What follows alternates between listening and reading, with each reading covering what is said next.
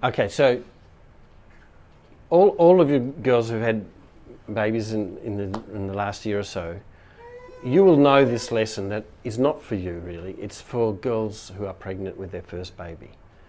Because when you're pregnant with your first one, all you can think about is the pregnancy to the delivery, and afterwards is a big black hole that we're sure we're going to be the best mum because we really want to be the best mum, but the delivery becomes really important, so we focus on it. And quite often we get really focused on what's called a birth plan. And you'll now know how ridiculous the whole concept of a birth plan is, but they don't. So we're going to talk about it from their point of view. So the concept of the birth plan is really ridiculous because you just do not have any control over it. So if you're planning for an event that you have no control of, that's like planning for the weather, unless we're in the middle of a hot spell, and even then, you're not going to get what you planned for. So what I prefer is to talk about a birth preference list. We can have preferences, but a plan sets us up for failure.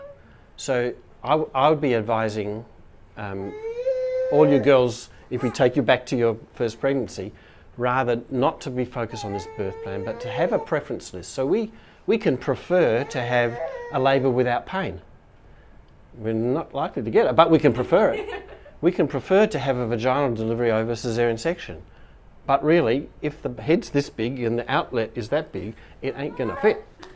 So we're going to end up with a caesarean section. So it isn't actually any point setting ourselves up for a plan to have a caesarean section when it's going to be hard to achieve. And similarly, if we have a plan not to have forceps delivery or vacuum, well, we're setting ourselves up again. We can prefer to not to have that, but if the last minute we're pushing and the baby's heart rate drops and it's in trouble, we just got to get it out. So we're going to get it out. So if we could only persuade girls to have this preference list, then they wouldn't set themselves up for problems and failures, and we'd have a chance of not leaving the labour ward feeling like we've failed. And it's such a sad thing when the girls I've delivered who've set themselves up that way, it's just so sad.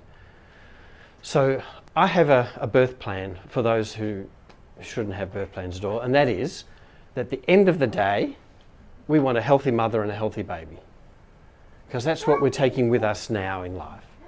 How we get there, well, we'd have some preferences, but no plan. And if we can focus on the goal of a healthy baby, a healthy mother, we're going to actually end up not looking back at the delivery with regret and with sadness. And after all, it's just a half a day. If it gets stuck, it'll get unstuck.